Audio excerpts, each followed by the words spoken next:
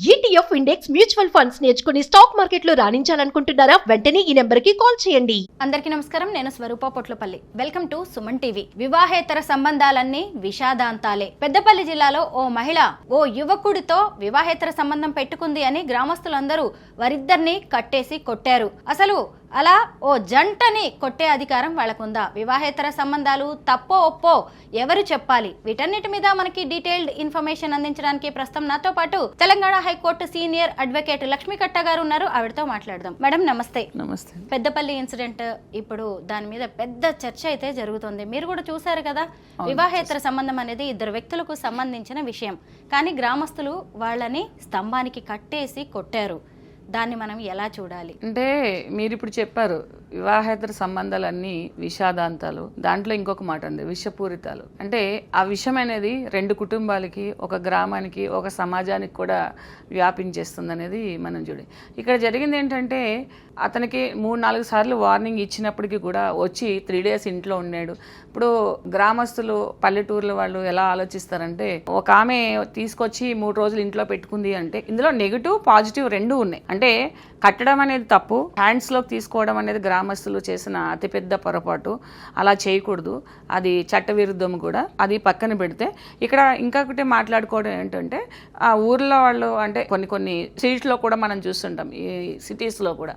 అంటే మా కాలనీలోకి ఇలా జరుగుతుంది, మా కాలనీలో ఇలా ఒకరు చేస్తే ప్రతి ఒక్కరు ఇలాగే చేస్తారు, సిస్టమ్ దెబ్బతింటుంది, ఒకరిని చూసి ఒకరు నేర్చుకుంటారు, మంచి నేర్చుకోడు చెడు నేర్చుకుంటారు. ఇక్కడ వాళ్ళందరూ ఆలోచించుకునేది ఏంటంటే ఇలా వచ్చి 3 days ఉండిపోయాడు, మేము ఇన్నిసార్లు రావద్దని వార్న్ చేస్తున్నా, వీళ్ళని వదిలేస్తే ఇంకొకరు చేస్తారు, లేకపోతే ఇంకొక పెళ్లికాని అమ్మాయి తెచ్చి పెట్టుకుంటుంది. అంటే బాధ్యతాయుతం అనుకుని వాళ్ళిద్దరిని చేతిలో తీసుకుని పాపం ఒక నైటీతో కూడా ఉన్నామని చెట్టుకు కట్టేయడం అనేది జరిగింది. దీంట్లో నేర్చుకోవాల్సింది అంటే పెద్దలు ఎవరైనా ఇలా జరుగుతున్నప్పుడు నేరమా కాదనేది పక్కన పెడితే నేరాన్ని కూడా మన చేతిలో తీసుకునే హక్కు మనకు లేదు.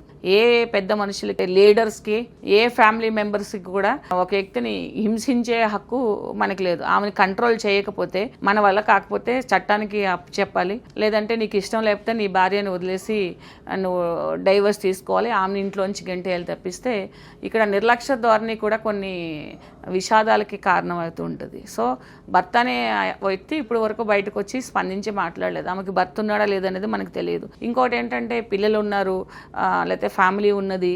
సో వీళ్ళందరూ ఎవరు వచ్చి బయటకు వచ్చి ఏమీ మాట్లాడలేదు. సపోజ్ ఇప్పుడు అమ్మాయిని కట్టేశారు. ఫస్ట్ ఆఫ్ ఆల్ అది చేయడం అనేది చాలా తప్పు. అంటే మీరు ఎంత తప్పు చేసినా వ్యక్తి మర్డర్ చేసేసాడు, ఒక మనిషిని చంపేశాడు అని తెలిసి ఒక 10 మందిలో ఆ మనిషిని చంపేయడం, ఆ మనిషిని కొట్టడం కూడా లేదు. ఇమీడియట్గా చట్టానికి అప్పు చెప్పాలి, లేకపోతే పోలీసులు వచ్చే వరకు అతన్ని పట్టుకుని ఉంచవలసింది ఉంది. చెట్టుకి కట్టేసి సమాజానికి చూపించి ఇప్పుడు వీళ్ళు ఏమి అవేర్నెస్ తీసుకొచ్చారు. పెద్ద వాళ్ళందరూ ఎంతోమంది మేము లివిన్లో ఉన్నామని స్టైల్గా చెప్పుకుంటూ, లేకపోతే మేము అడాల్టరీలో ఉన్నామని చెప్పుకుంటూ వచ్చేసేస్తే వాళ్ళని మీడియా వాళ్ళందరూ కూర్చోబెట్టి సన్మానాలు చేసి బొకేలు ఇచ్చి అసలు మీ లవ్ ఎలా స్టార్ట్ అయింది ఇట్లా ఎంత ఘోరంగా చేస్తుంటే వాళ్ళకు ఒక న్యాయము, వీళ్ళకి ఒక న్యాయమునా? అంటే డబ్బున్న వాళ్ళు ఏది చేసినా, లేకపోతే పలుకుబడి ఉన్న వాళ్ళు ఏది చేసినా చెల్లుతుంది. వాళ్ళని పట్టుకోవడం కాదు కదా, వాళ్ళకి రెస్పెక్ట్ ఇచ్చి మాట్లాడుతున్నాం మనం. మీరు హగ్ చేసుకోండి, మీరు ఇది చేసుకోండి అని చెప్పేసి సభ్య సమాజానికి మనం చూపిస్తున్న దానితో కంపేర్ చేస్తే ఏదో వాళ్ళ సర్కమ్స్టెన్స్, వాళ్ళు ఆ పరిస్థితులను బట్టి వాళ్ళు దొరికినప్పుడు ఏం చేయాలంటే పోలీస్కి అతను అప్పచెప్పి ఇలాగ ఒక అమ్మాయి దగ్గరికి వస్తున్నారని వాళ్ళిద్దరిని కౌన్సిలింగ్ పంపించి కోర్టులో, పోలీస్ స్టేషన్ నుంచి చాలా ఈ రోజు రేపు కౌన్సిలింగ్ సెంటర్స్ ఉన్నాయి, చేయమంటుంది. కానీ ఇప్పుడు అమ్మాయి వెళ్ళి చనిపోతే ఎవరు రెస్పాన్సిబిలిటీ తీసుకుంటారు? ఇప్పుడు ఎవరు ఇంటర్నల్గా చేసింది బయటికి ఎక్స్ప్లోర్ కావాలి లేదా చూపించుకోవాలనుకోరు. అక్రమ సంబంధం అంటేనే ఒక సీక్రెట్ రిలేషన్షిప్. ఆ రిలేషన్షిప్ని తీసుకొచ్చి కట్టేసి మీడియాకు పంపిస్తే ఆమె వెళ్ళి చనిపోతే నిజంగానే పిల్లలు ఉంటారు ఆమెకి, లేదా తల్లిదండ్రులు ఉండరు. ఆమె చాలా మంచిది కావచ్చు, కానీ ఆమె వ్యక్తిగత పరిస్థితుల వల్ల ఒక రిలేషన్ పెట్టుకోవచ్చు. ఇదంతా సోషల్ అవేర్నెస్ కోసం చేశామని వాళ్ళు అనుకోవచ్చు, కానీ ఇది చాలా చట్టవిరుద్ధమైన పనులు. లాయర్ గారు, ఒక సమాజం యాంగిల్లో చూసినప్పుడు ఇలాంటి వివాహేతర సంబంధాలు ఒక పెద్ద పాపంగా, నేరంగా, ఘోరంగా కనిపిస్తూ ఉంటాయి. కానీ చట్టం ఏం చెబుతుంది ఇలాంటి విషయాల్లో? చట్టం ఏం చెప్తుంది అని అంటే వివాహేతర సంబంధాలు ఎప్పుడు పెట్టుకోమని చెప్తుంది అనేది ఎవరో క్లారిటీగా ఆలోచించట్లేదండి. వివాహేతర సంబంధాలు పెట్టుకోమని ఏ చట్టము కూడా ఎంకరేజ్ చేయలేదు. ఇప్పుడు ఏమంటారంటే సుప్రీంకోర్టు చెప్పింది వివాహేతర సంబంధాలు పెట్టుకోండి, ఎవరితోటైనా కలిసి ఉండండి, ఎవరితోటైనా ఉండండి అన్నది. ఎప్పుడు నీ హస్బెండ్ అన్ఫిట్ అయ్యి ఉండి, నీకు అతనితో డిస్సాటిస్ఫాక్షన్ ఉండి, లేకపోతే ఏదైనా ప్రాబ్లమ్స్ ఉండి నువ్వు అక్కడ ఉండలేనప్పుడు నువ్వు బయటకు వచ్చి ఒక సంబంధం పెట్టుకుంటే ఒక వ్యక్తితో, అది కూడా అవతల వ్యక్తి మ్యారీడా అన్మ్యారీడా లేకపోతే ఏదైనా ఆలోచించవలసి ఉంటుంది. పెట్టుకున్నప్పుడు ఆ బేస్ని చేసుకుని నువ్వు డైవర్స్ తీసుకోవచ్చు అని హస్బెండ్కి చెప్పింది తప్పిస్తే ఆమెను కొట్టేయి, చంపేయండి, కట్టేసేయండి, ఇది చాలా పెద్ద నేరము. అంటే సమాజంలో వీళ్ళందరూ చేసే నేరాల కంటే కూడా అది పెద్ద నేరం ఏం కదా. వ్యక్తిగతమైన సుప్రీంకోర్టు అలాగే, అది సెన్సిటివ్ ఇష్యూ, వ్యక్తిగతమైన విషయాన్ని దాన్ని పబ్లిక్ చేసేసి దాన్ని కేసులు చేసేసి వాళ్ళ మోడెస్టీని డామైజ్ చేసే రైటు చట్టానికి కూడా లేదు. కాబట్టి ఆ వ్యక్తిగతంగా వదిలేయండి. అంటే ఇద్దరు వ్యక్తికి సంబంధించి, ఓ భార్యాభర్తకి సంబంధించింది, లేకపోతే ఇంకొక థర్డ్ పర్సన్ ఆ లేడీకి సంబంధించిన విషయం, అది సెన్సిటివ్ విషయం. భార్యాభర్తలకి అతనితో రిలేషన్ ఉందని తెలిసినప్పుడు మీ ఇద్దరికి ఇష్టం లేకపోతే నువ్వు బయటకు వచ్చే బాబు, వదిలేసేసాయి. అంతేగాని దాన్ని క్రైమ్ కింద తీసుకోవడానికి, ఆమెను పోలీస్ స్టేషన్ పట్టించడానికి, కేసులు పెట్టడానికి, నువ్వు ఇబ్బంది పడడానికి నీకైతే రైట్ లేదు. సో నువ్వు నీ వైఫ్ ఇష్టం లేకపోతే వేరొకరితో రిలేషన్ పెట్టుకున్నందుకు నువ్వు డైవర్స్ తీసుకొని ఉన్నది.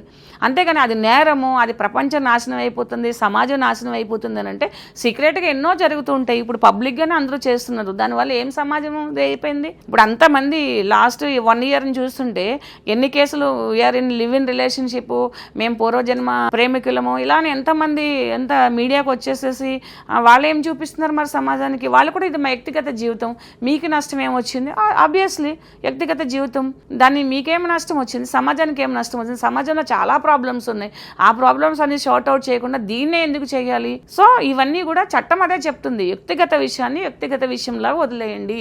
దాన్ని పబ్లిక్ చేసి రోడ్డు మీదకి తీసుకొచ్చి వాళ్ళని మానసికంగా ఇబ్బంది పెట్టే రైట్ ఎవరికి లేదు అని చెప్పింది. అంతేగాని అందరు చేసేయండి, లేకపోతే ఇది అఫెన్స్ అని కూడా చెప్పలేదు. అందరిని చేయమని చెప్పలేదు, ఇది అఫెన్స్ కూడా అని చెప్పట్లేదు.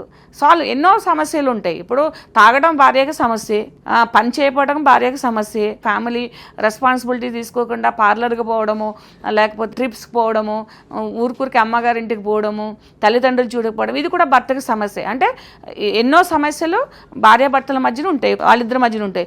అలాగే ఒకరితో రిలేషన్ అనేది కూడా ఒక సమస్యే. అది సమాజానికి సంబంధించింది ఏం కాదు, అది ఒక ఇంటర్నల్ సమస్య. ఆ సమస్యతో పాటు మీ ఇద్దరు డిసైడ్ చేసుకోండి. దేని లా అండ్ ఆర్డర్కి సంబంధం లేదు, మీ ఇద్దరు డిసైడ్ చేసుకోండి. ఆమెని మేము పట్టుకుని మేము జైలుకి పెట్టాము, ఇతన్ని పట్టుకుని మేము జైలుకి పంపించాము, దానివల్ల కోర్టులో కేసులు ఎక్కువ అవడము ఎక్కడ మారుతుంది? ఇప్పుడు ఒక అడాల్టరీ ఉన్న వాళ్ళని తీసుకొచ్చి కేసు పెట్టేసేసి జైలుకి పంపించే అమ్మాయిని కూడా కోర్టుకి తీసుకొచ్చి తిప్పినంత మాత్రాన్ని ఇంకొకరు అడాల్టరీ చేయడం మానేస్తున్నారా? ఈ కేసు వల్ల ఒకళ్ళని అరెస్ట్ చేయడం వల్ల ఎన్ని అడాల్టరీలు ఎంతమంది మానేస్తారు? మానరు. సీక్రెట్స్గా జరిగేది ఎప్పుడు సీక్రెట్గానే జరుగుతూనే ఉంటుంది స్వరూప్ గారు. అది కోర్టు క్లియర్గా చెప్పింది, సుప్రీంకోర్టు. సో అది ఎవరు చదవకుండా రిలేషన్ పెట్టుకోవడం అని అంటే అబ్సల్యూట్లీ రాంగ్ థింకింగ్ జనాలకు అలా ఫీడ్ అయిపోయింది. రిలేషన్ పెట్టుకుంటేనే అఫెన్స్ కాదు కదా అంటే అనేసి అఫెన్సే. ఎప్పుడు ఇద్దరి మధ్యన ఉన్నప్పుడు అది రెండో వాళ్ళు అఫెన్స్గా తీసుకుని, నేరంగా తీసుకుని నాకు వద్దని చెప్పాలి, అంతేగాని సమాజానికి కాదు. చట్టం అదే చెప్తుంది. లక్ష్మి గారు, ఒక రిలేషన్ ని అక్రమ సంబంధం అని డిసైడ్ చేసే హక్కు కూడా ఎవరికీ లేదు. ఇప్పుడు కొంతమంది ఇక అక్రమ సంబంధం అని కూడా మాట్లాడేస్తూ ఉంటారు. ఇప్పుడు మనం ఒక ఎగ్జాంపుల్ గా ఈ పెద్దపల్లి జిల్లా ఇన్సిడెంట్ ని మాట్లాడుకుంటున్నాం. ఇప్పుడు ఒక పెళ్ళైన మహిళని ఇంకొక వైపు ఒక వ్యక్తిని కట్టేసి కొట్టారు, నానా మాటలు అన్నారు, పోలీస్ స్టేషన్లో అప్పగించారు, వీడియోలు తీశారు, మీడియాకి రిలీజ్ చేశారు, సోషల్ మీడియాలో ఎక్కడ చూసినా వాళ్ళవే కనిపిస్తూ ఉన్నాయి కదా. మరి ఇప్పుడు ఆ జంటకి ఉన్న రైట్స్ ఏంటి? చట్టం వాళ్ళకి ఎలా రక్షణ కల్పిస్తుంది? వాళ్ళ ఒక ఆత్మగౌరవాన్ని, వాళ్ళ ఒక సోషల్ రెస్పెక్ట్ని అన్ని డామేజ్ చేస్తారు. వాళ్ళు పట్టుకునే రేట్ లేదు. వాళ్ళు ఇవ్వాలంటే ఇవ్వచ్చు, కానీ వాళ్ళు కంప్లైంట్ ఇవ్వచ్చు మమ్మల్ని. ఇప్పుడు అసలు అడాల్టరీ అనేది ఏం చెప్తుంది, ఆ సెక్షన్ ఏం చెప్తుంది, దాంట్లో ఎలాగ అనలైజ్ చేయాలి అడాల్టరీ అనేది ఎవరికి తెలియదండి చాలామందికి. ఇప్పుడు డైవర్స్లో ఇప్పుడు ఎన్నో అడాల్టరీ, క్రూయాలిటీ, ఇన్సానిటీ ఇలాంటి దాని మీద అన్నిటి కూడా మేము గ్రౌండ్స్ మీద డివర్స్ ఇస్తాం. కానీ 1000 కేసుల్లో ఒకటి కూడా అడాల్టరీ మీద వెయ్యం. ఈవెన్ అడాల్టరీ ఉన్నా అడాల్టరీ అడాల్టరీని కూడా క్రూయాలిటీ కింద చూపిస్తాం. అడాల్టరీ అంటే ఒక మనిషి ఇద్దరు కూర్చుని భోజనం చేస్తుంటారో, లేకపోతే ఇద్దరు బెడ్రూమ్లో బెడ్ మీద కూర్చుని మాట్లాడుతున్నారో, ఇద్దరు హగ్ చేసుకున్నారో, లేకపోతే ఇద్దరు కొంచెం రొమాంటిక్గా ఉన్నారో, దాన్ని అడాల్టరీ అని కోర్టు చెప్పలేదు సెక్షన్. ఇప్పుడు ఆ అమ్మాయిని ఆ లేడీని అతన్ని ఇంట్లో పట్టుకున్నారు.